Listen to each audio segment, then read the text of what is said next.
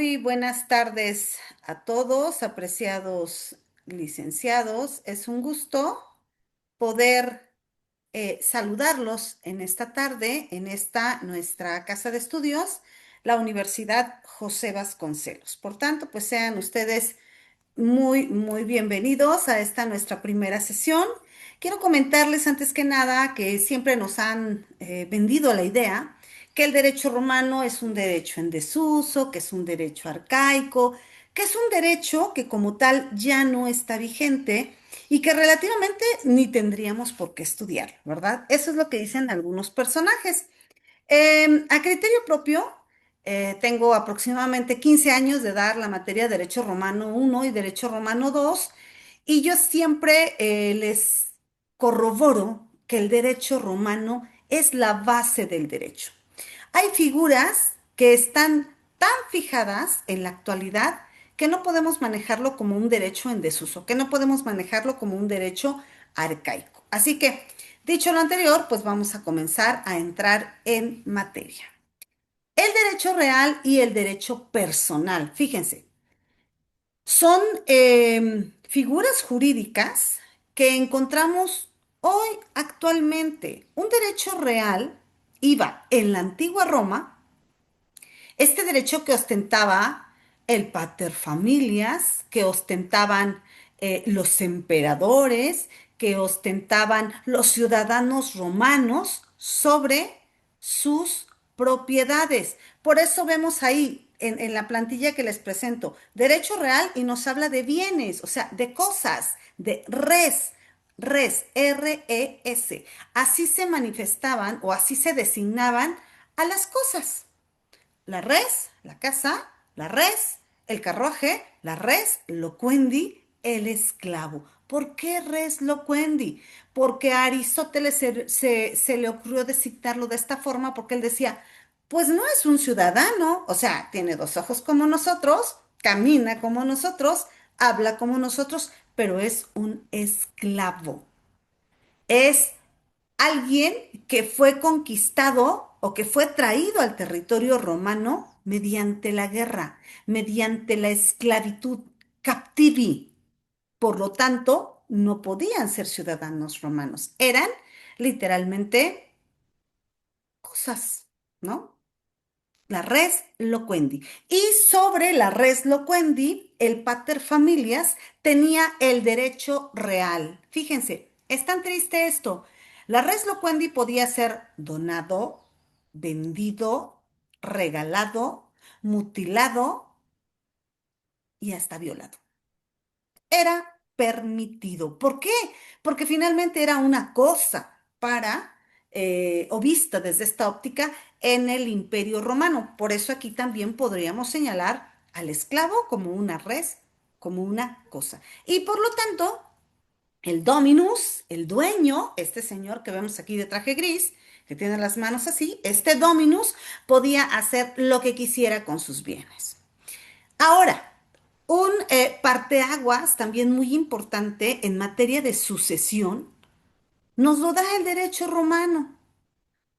Nada más que aquí tenemos una pequeña salvedad y un paréntesis. Un derecho real, un derecho personal, perdón, eh, se señalaba en un orden, por ejemplo, de sucesión. ¿Quiénes pueden heredar al pater familias? ¿Quiénes pueden quedarse con las riquezas del pater familias? Única y exclusivamente sus hijos. El linaje de varones. La mujer no tenía derecho absolutamente a nada, aunque fuera ciudadana libre, aunque fuera sui iuris de propio derecho.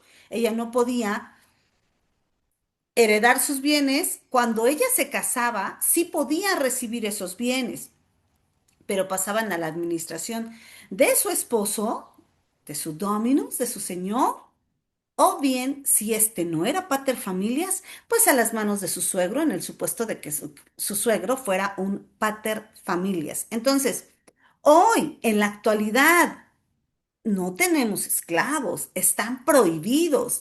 En el derecho personal, la esposa ya tiene el derecho de entrar al orden de sucesión. La concubina tiene derecho a entrar al orden de sucesión.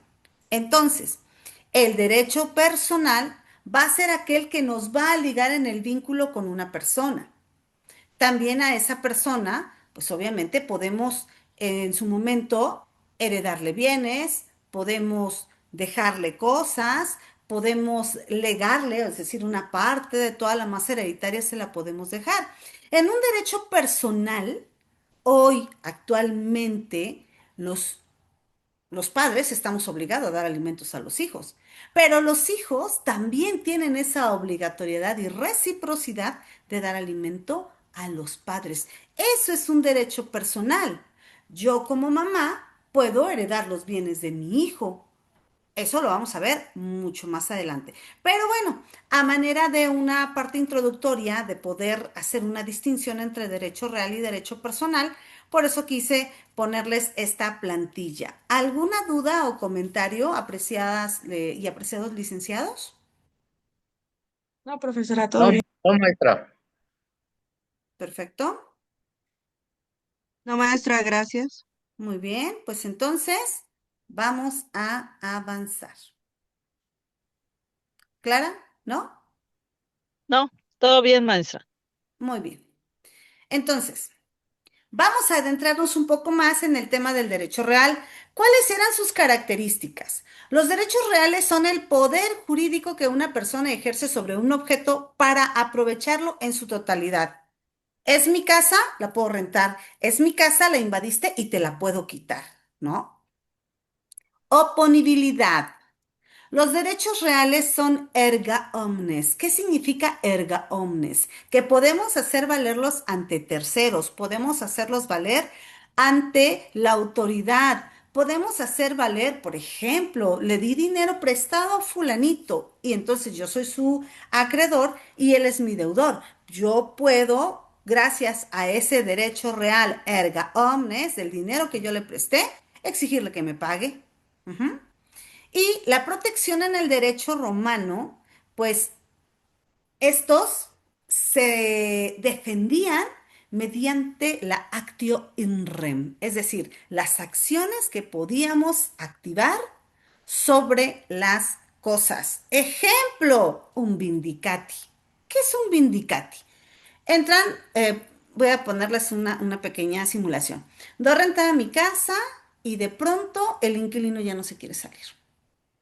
Entonces, ¿qué puedo hacer yo como propietario en un derecho real?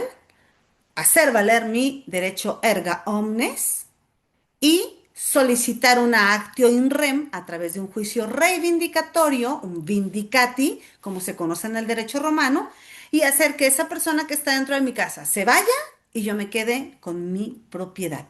Para eso nos sirven los derechos reales, para hacerlos valer ante terceros, para defender nuestros bienes, tanto muebles como inmuebles. En el derecho romano tenemos la figura de un acreedor y un deudor. Un acreedor no nada más en materia de te presto un dinero. Nosotros como acreedores tenemos esa facultad por medio de la ley para poder desplegar una conducta de cobro, haciendo ver que el deudor pague. Entonces, en el derecho romano se caracterizaba esta facultad entre acreedor y deudor, este nexum, este vínculo, esta unión. El nexum es la unión entre acreedor y deudor. Imaginémonos que la compañera Patricia me deba a mí, no sé, un dinero, por ejemplo. Mientras ella no me pague, va a existir ese nexum, esa unión, hasta que ella me liquide, entonces ella se liberará de mí en ese nexum. Pongámonos a pensar con quién tenemos nexum. Es decir, ¿a quién le debemos? ¿De quién somos deudores? ¿De quién somos acreedores? Esa es la facultad que nos da el derecho romano para exigir una conducta de cobro. Por lo tanto, hablamos de una relación obligacional, este vínculo de deudor-acreedor. La prestación que en su momento dimos y que bueno, esta prestación puede ser de dar, o sea, dame lo que te presté, de hacer, ven y píntame la casa que dijiste que me ibas a pintar, o de no hacer. ¿En qué consisten las obligaciones de no hacer? Les voy a poner un ejemplo. Actualmente el tema de la violencia en contra de las mujeres está pues bastante protegido, bastante cuidado. Hay diversas leyes, pronunciamientos nacionales e internacionales para la protección de la mujer. Entonces, si el agresor es mi pareja, no se puede acercar a mí y ahí tenemos una obligación de no hacer. No me puede llamar, no puede llegar a mi trabajo, se tiene que ir de mi casa. Entonces, esas obligaciones de dare, hacer, facere, dar, hacer, no hacer, son también una prestación que nos obliga en este nexo. Y en cuanto a la oponibilidad limitada, el derecho personal es oponible al deudor, no a terceros. Es decir, este derecho personal yo lo puedo hacer valer, por ejemplo, contra mi agresor, contra mi deudor. Algunos ejemplos que podemos señalar en el derecho romano de un derecho personal son el prestamista contra el deudor por la devolución del dinero prestado. Lo llevamos ante el pretor urbano o peregrino. Lo llevamos ante el juez para que viva un procedimiento per legis acciones, per fórmulas, y en su momento podamos vivir un litigio y el juez diga, págale lo que le debes, ¿no? Regrésale lo que te dio, haz lo que dijiste que ibas a hacer. Y aquí les decía, esta obligación que tenemos recíproca. El padre contra el hijo a la prestación de alimentos. Sí, claro, estamos obligados a dar alimento a nuestros hijos, pero nuestros hijos cuando crezcan tienen toda la obligación de darnos alimentos. Y si no nos quieren dar alimentos, entonces tendríamos que iniciar una actio civil, es decir, una acción civil para efectos de demandarlos y que nos pasen alimentos. Un contratista contra su cliente por la realización de un trabajo acordado. Por Dios, esto es muy común, no nada más en el derecho romano. Contratamos a alguien para que venga y nos pinte la casa, para que nos haga una ventana, para que nos haga una puerta, y le damos un anticipo o le pagamos todo y resulta ser que de pronto no nos quieren responder por ello. Entonces, aquí es donde entra también este tema del derecho personal. Vamos hacia la persona. Lo podemos demandar. ¿Preguntas o dudas, apreciados licenciados? No, maestra. No, maestra. No, profe. No, Bien. maestra, todo bien.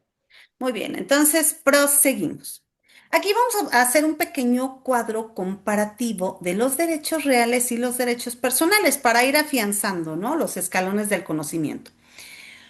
Un derecho real recae sobre una cosa, es decir, sobre una res, y otorga su titularidad el poder de ejercer una serie de facultades sobre ella. Te regalo mi teléfono, te vendo mi teléfono, te lo dono, lo rifo, etcétera. Y va al objeto, a cosas, bienes. Se ejercen directamente sobre las cosas. En cuanto a sus características, son absolutos, implica que se deben respetar por todas las personas y no respecto de un grupo determinado, son perpetuos, son oponibles a terceros, permiten la persecución real e implica que puedan perseguir la cosa de manos de quien las tenga. Ejemplos, el derecho de propiedad, como el que les decía de que di renta a mi casa, el derecho de usufructo. ¿Qué es el usufructo? ¿Cuántas veces no pasamos por una calle y vemos que es una calle, ¿no? Y que deberíamos de tener ese usus, ese uso, hacemos uso de esa calle, pero de pronto vemos que ya el vecino saca a la banqueta su portón, ¿no? Y está así el portón, porque para que entre el coche, entonces queda así. Y dices, a ver, espérame tantito, yo tengo el derecho de usufructo, de poder usar esa calle y también de servirme. El tema de la servidumbre, del usufructo y del derecho de propiedad van muy ligados a un derecho real. Puedo usar, puedo disfrutar. Ejemplo, rento una casa. Puedo vivir en ella. Puedo disfrutar de la casa. Cuando hacemos un contrato, lo primero que nos dicen es, oye, sí, puedes usarla, tienes el derecho de uso, pero no me tires paredes, pero no me quites ventanas y me abras una puerta, pero tampoco subarriendes. ¿Se dan cuenta? O sea, úsala tú, disfrútala tú. Y si vas a hacer algo más, antes pregúntame, a mí como propietario. Y bueno, el derecho de servidumbre, tenemos servidumbres de paso, servidumbres de acueducto. Es más, si nosotros nos paramos en la calle de nuestra casa, nos vamos a dar cuenta que hay banquetas. Si alzamos la vista, hay cables de luz. Si vemos de pronto, pues tenemos un drenaje, tenemos una toma de agua. Señores, todo eso son derechos de servidumbre. Nosotros podemos servirnos de estas. Dentro del derecho de propiedad también es muy común que de pronto el vecino viene y siembra un árbol y lo siembra pegadito a tu pared. ¿Y qué pasa? Si te está afectando, tú dentro de tu derecho de propiedad puedes ir y decirle, quítalo. Y si no lo derramas tú, lo derramo yo. ¿Por qué? Porque me estás afectando, ¿no? O sea, es bien importante que nosotros aprendamos a distinguir los derechos que podemos ejercer. Recapitulando en derechos personales, estos recaen sobre otra persona y que implica una obligación para ella de hacer, facere y non facere, dar, hacer, no hacer, es decir, de que nosotros podamos pedir una conducta, ejercer respeto a otras personas, implica que solo pueden exigir el respeto al sujeto determinado, son temporales, porque imagínate aquel varón que violenta a su esposa y que le dicen, no te puedes acercar a ella. Ok, sí, está bien, pero para toda la vida. No, porque hoy hasta viene la mujer en una acera y se encuentra al agresor, a su esposo, a su ex esposo, a su expareja, y el pobre hombre tiene que salir como alma que lleva el diablo e irse. No, no, no, no me puedo acercar a ella. ¿Eso va a ser eterno? No, eso va a ser nada más por el momento en el que se esté dirimiendo el juicio, ¿ok? Posterior a ello, si se le encuentra culpable, pues obviamente, sí, no te acerques, etcétera, pero no va a ser para toda la vida, ¿no? Y dentro de los derechos personales tenemos el derecho de crédito, a quien no ha pedido crédito, el derecho de usufructo, de poder usar, de poder disfrutar. Otro ejemplo del usufructo, nos hospedamos en un hotel, en la ciudad que ustedes quieran. ¡Ay, qué bonita taza! ¡Qué bonita cafetera! ¿Me la puedo llevar? No, tienes derecho a usarla. Tienes un derecho personal sobre ella, pero no puedes llevártela, ¿ok? Y el derecho también del arrendamiento. Proseguimos. Dare, hacere, facere. Dar.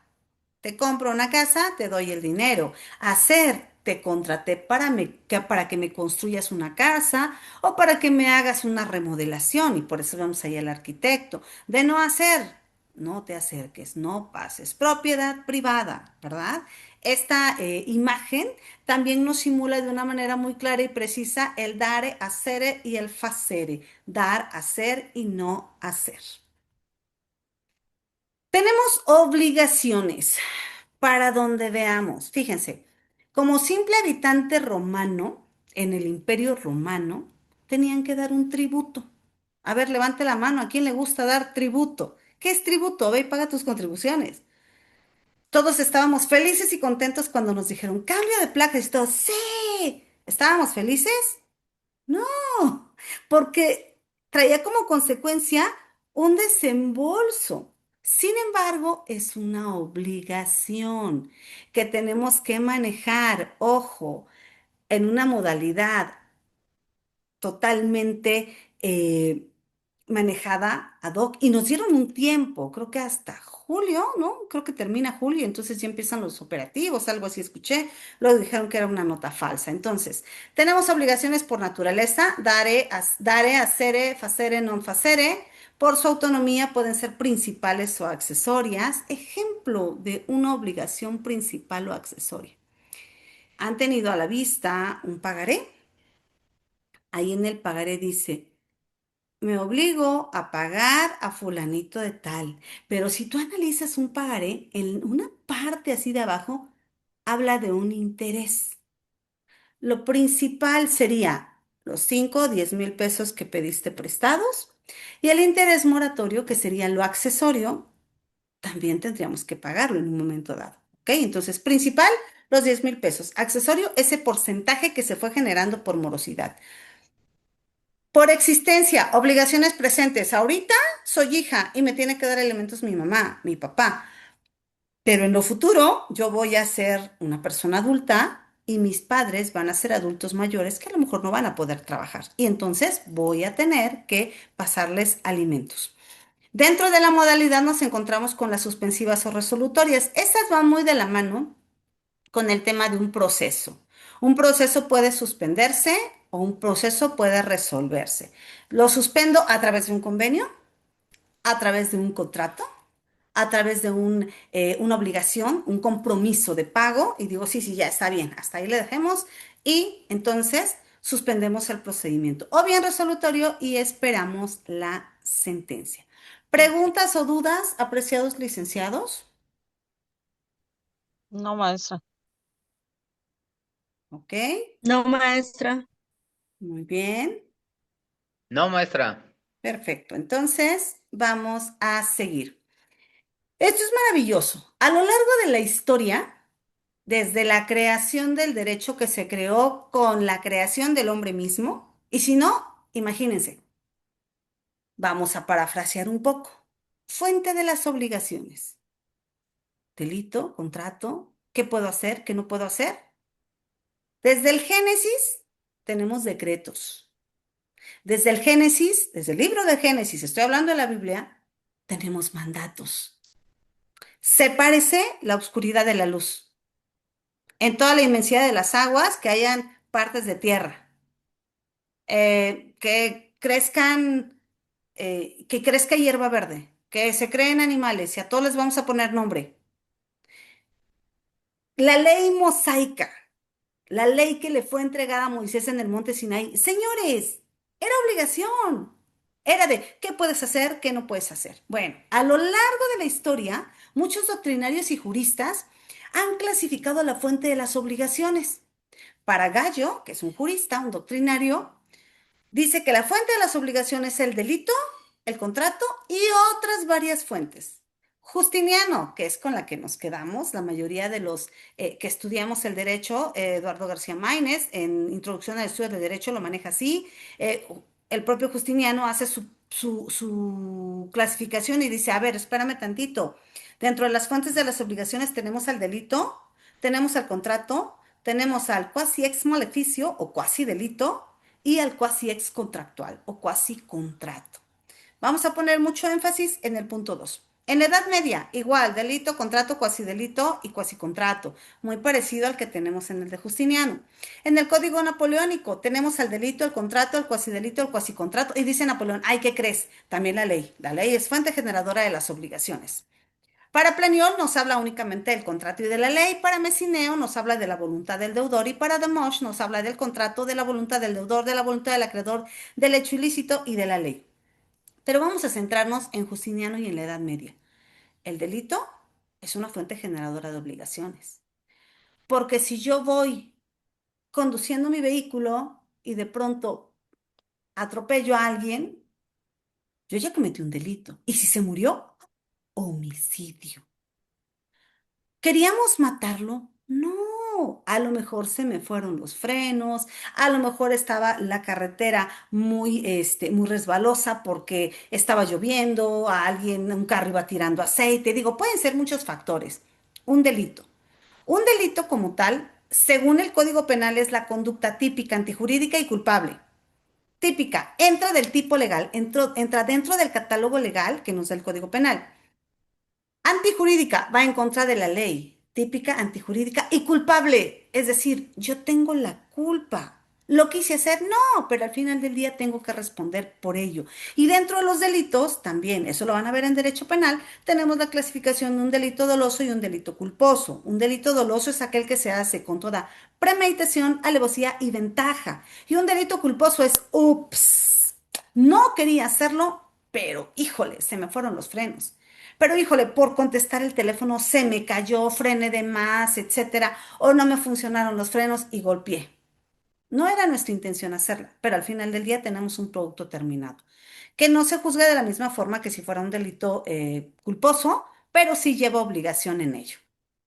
Y hoy hablamos de un cuasi delito.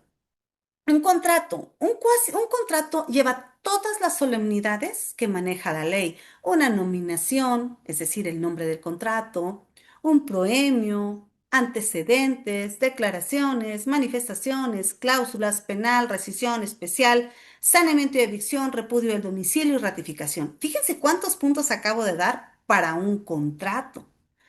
Pero habrá personas que realicen un contrato y que no están estudiando derecho, que no son abogados y que nada más dicen, Benito le vende a Paulina un terreno que está ubicado en tal lado. El costo es de 100,000 pesos y los va a pagar en dos formas. Una ahorita y la otra en tanto. 50 y 50. Y se acabó. Eso, señores, es un cuasi contrato. Fuente generador de obligaciones, sí, pero no con las formalidades de la ley. Pero no por tener no tener las formalidades de la ley, con toda esa estructura que les di, deja de ser una fuente generadora. Me tocó ir a una audiencia y justamente fuimos por un delito de fraude. Y el contrato que realiza mi cliente, pues era un cuasi contrato. Y en audiencia inicial, mi contrario dice, Su Señoría, solicito que ese contrato que están presentando se desestime, porque si estuviéramos en la etapa intermedia, lo estuviéramos debatiendo. Entonces yo le dejé que hablara y después dije, ¿algo que replicar? Sí, Su Señoría, la asesora jurídica replica. Bueno, para empezar, estamos en una etapa inicial y no tenemos por qué debatir ahorita medios de prueba, porque no estamos en la etapa pertinente. Número dos. Y bueno, que le doy una clase de derecho romano y le digo, mire, es cierto lo que dice, no es un contrato, no lleva las formalidades de una estructura que debe de llevar un contrato. En efecto, es un cuasi contrato, pero según Justiniano, en la Edad Media, el cuasi contrato es una fuente generadora de obligaciones, porque nos identifica plenamente a las partes, nos dice dónde está ubicada la res, es decir, dónde está ubicada la cosa, por cuánto se le están vendiendo y hasta la fecha no ha cumplido. Por lo tanto, en efecto, no es un contrato, es un cuasi contrato, pero que no se le olvide que es fuente generador de obligaciones. ¿Ven la importancia? Y fui a hablar de derecho romano en una audiencia. Esto es una fuente generadora. ¿Preguntas o dudas?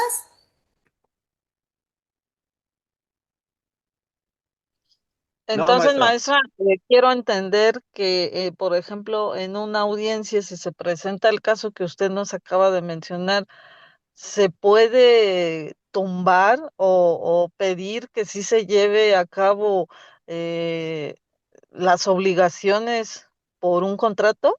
Por un Así, cuasi contrato. Sí, claro. por un cuasi contrato, Sí, ok. claro. Sí, sí, porque es fuente ¿Y generadora pueden de haber obligaciones. consecuencias legales, maestra? Pues yo estoy demandando por fraude en materia penal. La Ok, cuantificación de reparación del daño son 80,000 pesos y las estoy pidiendo. ok, Estoy pidiendo que le devuelvan su dinero a mi cliente. Porque para empezar, ¿por qué fraude? Porque ella vende algo que ni siquiera está identificado, no está determinado, no está determinable. Le dieron un dinero y a la fecha no ha entregado el terreno y mucho menos el dinero. ok, maestra. ¿Perdón? Gracias, maestra. Sí. Creo que alguien más estaba comentando algo, ¿no? Ok, proseguimos. Dentro de los contratos encontramos elementos accidentales. ¿Por qué accidentales? Porque pueden variar. Ejemplo, la condición. Te voy a pagar, pero te voy a pagar el día, ¿qué día es hoy? 11 de julio. Te voy a pagar el 15 de julio. Y si no te pago, me vas a cobrar un interés moratorio. O te quedas con mi coche, o te quedas con mi factura, o demándame. Estos elementos accidentales es, yo di un tiempo, hay un término para pagar, pero si no te puedo pagar porque tembló, imagínate todas esas personas que tenían un compromiso en Guatemala y que hubo un terremoto. Imagínate todas esas personas que tenían un compromiso aquí con los vecinos del norte y se les inundó todo y ya no pudieron llegar, es más, ya no pudieron salir. Entonces, el término es accidental, es incierto, en un momento dado puede cambiar, puede variar. El modo o la carga, ok, ok, o sea, yo te dije que te pagaba, pero pues no, no te puedo pagar en determinado tiempo, no te puedo pagar porque pasó determinada cosa, porque el carro con el que te iba a pagar, ¿qué crees? Que me lo robaron. Lo dejé estacionado en el centro y cuando vine a ver ya no estaba el carro. O se llevaron la moto que justamente te iba a entregar. Entonces, estos elementos accidentales hacen que lo que ya pactamos en un contrato se llegue a mover. Y esto pasa casi siempre. ¿Iba a comentar algo, Benito? No, no, maestra, lo que pasa es que acá como estoy trabajando y las personas se están retirando, por eso es que Ok, no, no me se saludan. preocupe. Entonces, igual y ahorita le contesto Clara. Ok, Clara, por favor. Maestro, por ejemplo, si uno tiene una deuda con el banco, y el préstamo se contrajo por, eh, porque en su momento laboré en una institución donde el banco tenía un convenio con esa institución de dar préstamos, pero me despiden, este, y resulta que como no tengo trabajo y no puedo pagar la deuda, el banco, en un momento dado, cuando yo comience a trabajar en otra empresa X, ¿el banco me puede retener dinero por la deuda que tengo con él? Sí, sí es que tiene acceso a sus cuentas, pero también lo que usted podría hacer es, ok, debo, no niego, pago, no tengo, te tenía que pagar 100,000 pesos, me acerco a la institución de crédito, le hago saber la situación y firmo entonces un convenio para efectos de buscar y de evitar sobre todo una demanda. O si tiene usted algún bien, que le inicien un juicio, no sé, si fue un préstamo que dejó como garantía, si iba vía nómina o o dejó alguna escritura, no lo sé. Todo eso depende de qué es lo que haya usted dejado para el tema de, pues, de poder vivir un elemento accidental. Pero estos siempre se dan. ¿Qué es lo más conveniente? Que nos acerquemos a nuestro acreedor y explicarles la Pero antes situación. el banco, por ejemplo, si yo ya comencé a laborar, ¿el banco me puede hacer una retención de mi sueldo? O Si sea, usted tiene, ¿legalmente es permitido? pues es que ya ve que siempre Independientemente se que cobra no hay... más. Es que si estaba Ok, referenciado, si ujú, está referenciado ese cobro, claro que se lo pueden hacer. ok, maestra, Ujú. Entonces, aquí, si usted ya está generando, busque un convenio con el banco o busque un perfecto. convenio con su acreedor. ¿Para efectos de qué? De no llevarnos una sorpresa y decir, ups, ¿y ahora de dónde? ¿No? O sea, ¿cómo es Sí, sí, que ya me hicieron un descuento? Ok. En tema de perfecto. Gracias. interpretación, nada de nada. En tema de interpretación de los contratos, les decía, no es lo mismo que redacten ustedes que están estudiando derecho un contrato a que lo redacte el vecino de enfrente que no sabe nada de derecho. Entonces, para poder interpretar un contrato, también debemos saber quién lo hizo, en qué momento lo hizo, en qué data, en qué tiempo, eh, qué escolaridad teníamos, porque a mí me tocó conocer a una persona que venía de un cerro de por acá atrás y hacía un cuasi contrato. Y él decía así literal, Pedro le vende a Juan por tanto y se acabó. Imagínense que alguien hubiera incumplido, el juez iba a decir, a ver, espérate, ¿quién redactó este contrato? A ver, vamos al método de interpretación, vamos a la exégesis, vámonos a la hermenéutica, vamos a verificar quiénes son estas personas, cómo redactan. Y de esa forma también podemos interpretar. Señores, el juez interpreta los documentos que le llegan. El juez interpreta y valora también cada una de las pruebas, verificando si es un contrato, quién lo realizó, dónde lo realizó, porque eso también les ayuda a tener mayor claridad para poder resolver. Dentro del esquema de interpretación, bueno, tenemos reglas objetivas, como es la que va directamente en el contrato, y las reglas subjetivas, es decir, qué es lo que quise decir, a qué me obligué. Y esto también es muy común. Te dije que te iba a pagar y no te pago. Y ahí entonces caemos en un incumplimiento de obligaciones. Si nosotros dejamos de incumplir, dejamos de pagar, dejamos de hacer, dejamos de no hacer, obviamente puede venir un incumplimiento. Y este incumplimiento como tal trae como consecuencia pues una demanda. Incumplimos un contrato. Dijiste que me ibas a entregar el día 1 de julio y ve la fecha que es y no me has entregado. Dijiste que te ibas a salir de mi propiedad en el mes de junio y estamos en julio y no te has salido. Eso se llama incumplimiento de obligaciones. Por eso en la imagen que ustedes ven, alguien, o sea, están sosteniendo el contrato, alguien lo rompió, ¿por qué lo rompió? Clara, por favor. Maestra, es muy común o anteriormente se daba mucho de que habían personas que daban dinero al rédito. Ujú. y que únicamente cuando se solicitaba, una persona solicitaba dinero al rédito, únicamente algunos daban esos típicos pagarés que se compran en las papelerías. ¿Esos pagarés tienen fuerza, validez? Claro. Ok, Claro que tienen fuerza legal, son un título de crédito regido por la Ley General de Títulos y Operaciones de Crédito.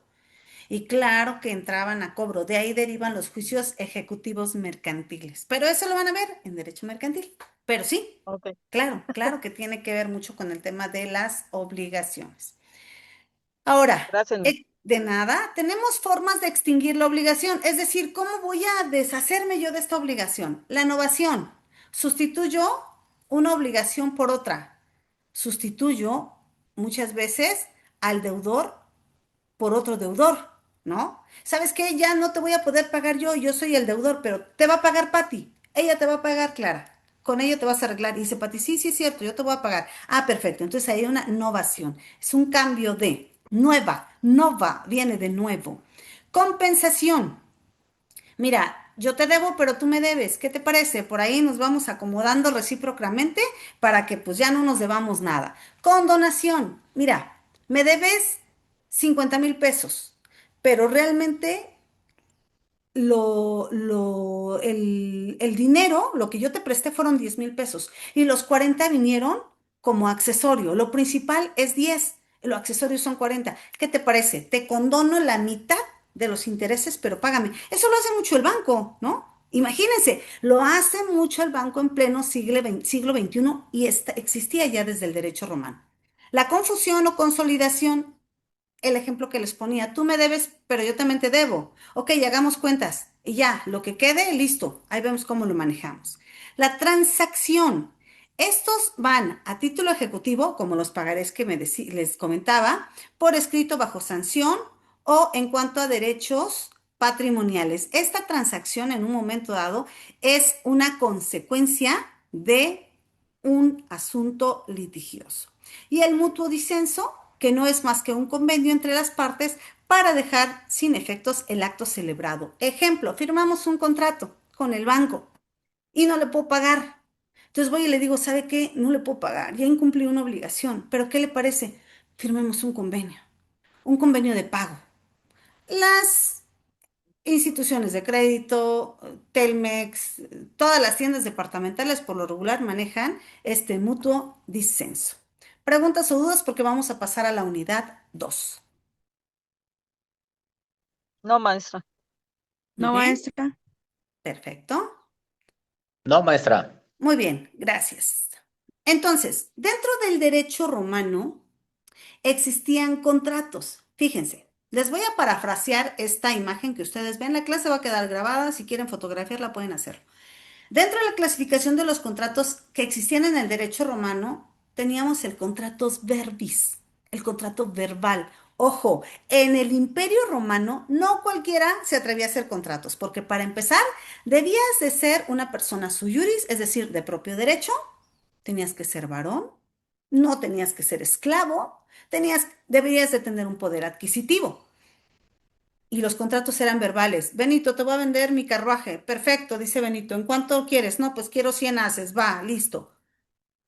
Y hacíamos la transacción. Era verbal. Por eso no cualquiera hacía contratos en el derecho romano. Hoy estamos llenos de contratos, ya no verbis, porque si los líteres, señores, si los escritos los incumplimos, imagínense los verbales.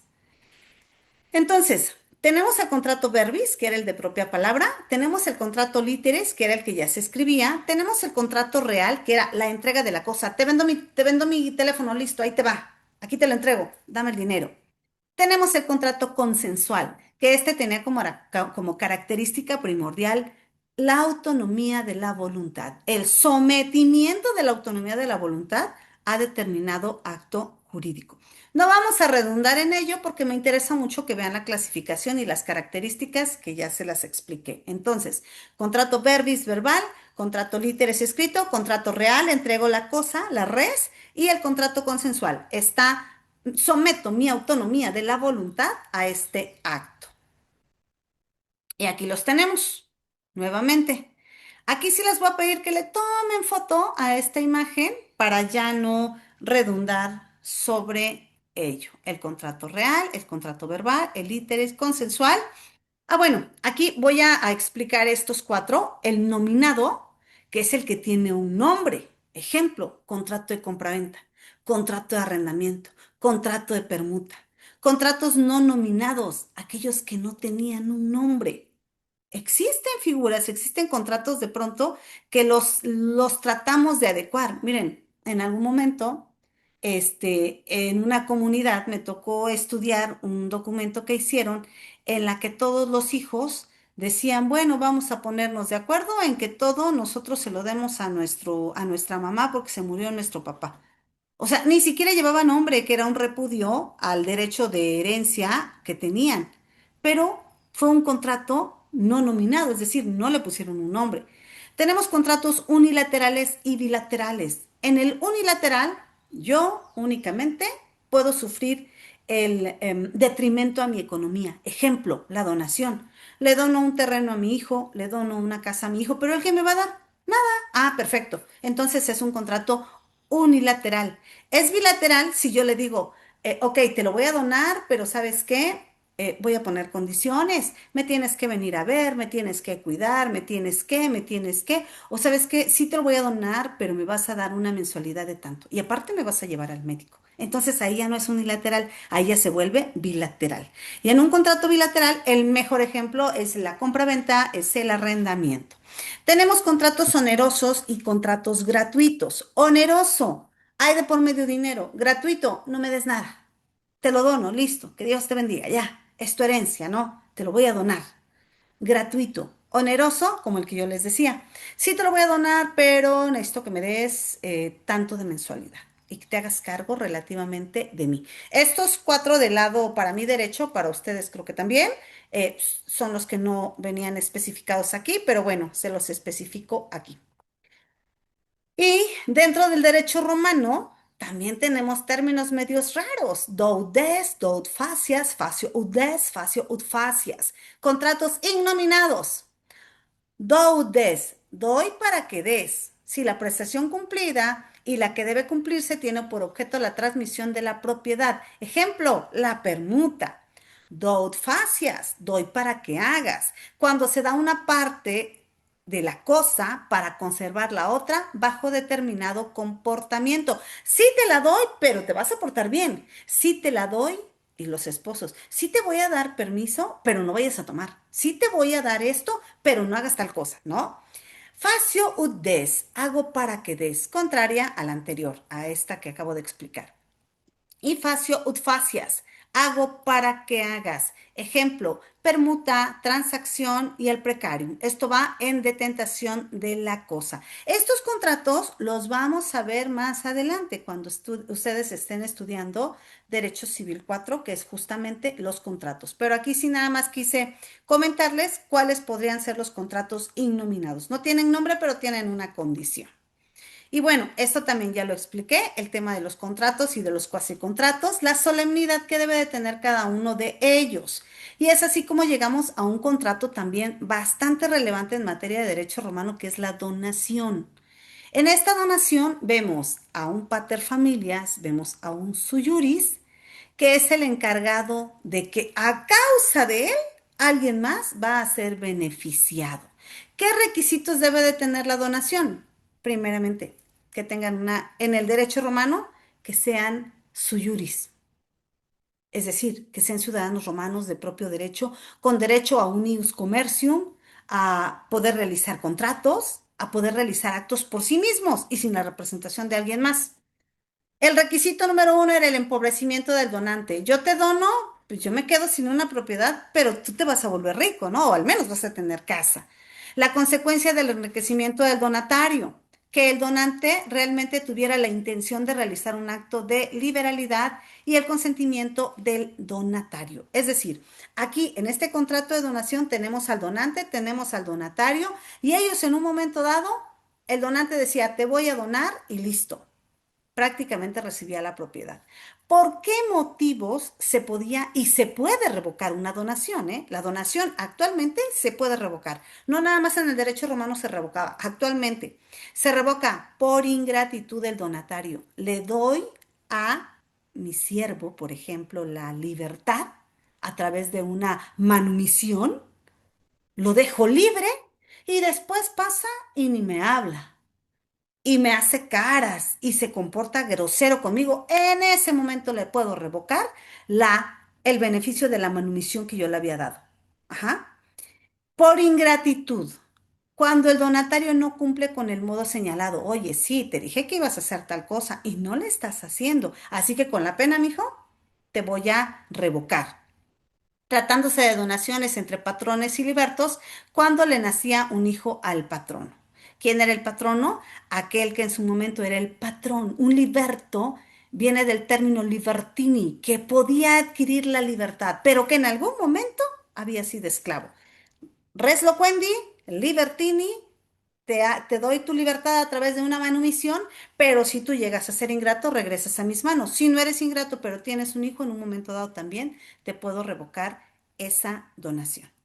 Esta figura de la donación también la vamos a aprender en contratos, eh, cuando ya estén hablando de Civil 4, pero bueno, existen donaciones remuneratorias en la que hay por un objeto el servicio, el préstamo de un servicio. Donación universal en la que le dejo todos mis bienes. Donación submodo, aquella en la que se imponía al donante, en la que el donante le imponía al donatario una carga o modus. Visítame, búscame, cómprame, dame. Donación mortis causa. Ojo, aquí vamos a hacer un paréntesis. Las donaciones podían ser inter vivos, es decir, entre vivos, ahorita yo te dono, o mortis causa. Hasta que yo me muera, tú te vas a quedar con la casa. Hasta que yo me muera, tú vas a poder disponer de la empresa. ¿Preguntas o dudas? Está bien. Yo quiero hacerle una pregunta, maestra. Claro. No, no. Una pregunta, maestra. ¿Los contratos verbales aún tienen vigencia? O sea, ¿tienen validez? Yo les sugeriría que mejor lo hagan escrito. Las palabras se las lleva el viento. No hay mejor testigo que una tinta endeble. Es decir, que un papel ahí medio ya viejito por el tiempo, pero hay una promesa de pago. Los contratos verbis siguen estando. Ejemplo, yo le digo a mi jardinero, venga y límpieme, por favor. Ah, ok, nos vemos el sábado a las 6 de la mañana. Perfecto. Viene el sábado a las 6 y limpia. Ese fue un contrato verbal. Pero bueno, no hay mucho dinero de por medio.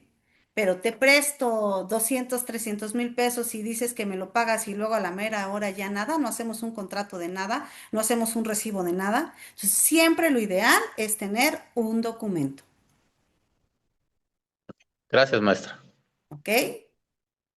Y bueno, ahora hablemos de el delito o del furtum.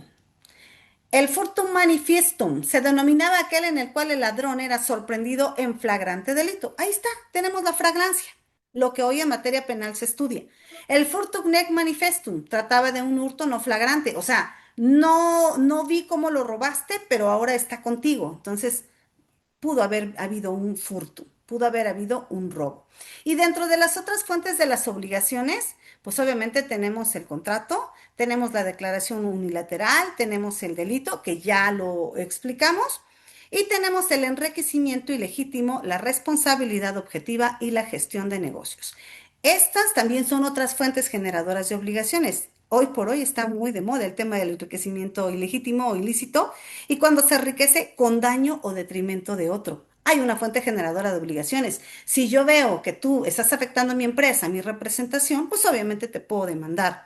La responsabilidad objetiva. Aquí en materia civil produce, con independencia de la culpa que tenga por parte del sujeto, me tienes que responder por lo que te contraté, por ejemplo, si eres mi administrador o si eres mi mandatario judicial y no hiciste lo que debías de hacer representándome en un juicio, obviamente también tienes una fuente generadora de obligaciones. Y si no hay cheque en el Código Penal, hay una figura para responsabilidad de profesionistas, de abogados litigantes. Y la gestión de negocios. En gestión de negocios también tiene que ver mucho con la representación y la obligación que tenemos para gestionar, para compulsar acciones. Señores, el tiempo se nos ha terminado, estamos rayando en los 5 minutos, así que si quieren hacer algún comentario final, es el momento porque se nos acaba el tiempo. Una pregunta, maestra. Cuando usted va, la buscan para hacer una defensa, ¿realiza un contrato o única y exclusivamente es verbal? Lo más adecuado es que se revisara un contrato de prestación de servicios profesionales, pero se entiende que cuando me dan el mandato judicial, en ese momento ya está la obligación. Perfeccionamos lo verbal con lo escrito. Ok. Gracias, maestra. ¿Ok? ¿Preguntas o dudas? ¿Comentarios finales? No, maestro. ¿Ok? Pues entonces, agradezco mucho la atención y su compañía. Gracias por su tiempo y nos vemos en la siguiente sesión. Mismo día y misma hora. Podemos ir abandonando el aula. Que tengan muy buenas tardes. Gracias, Muchas gracias, maestra. maestra. Hasta luego. Buenas tardes. Hasta luego.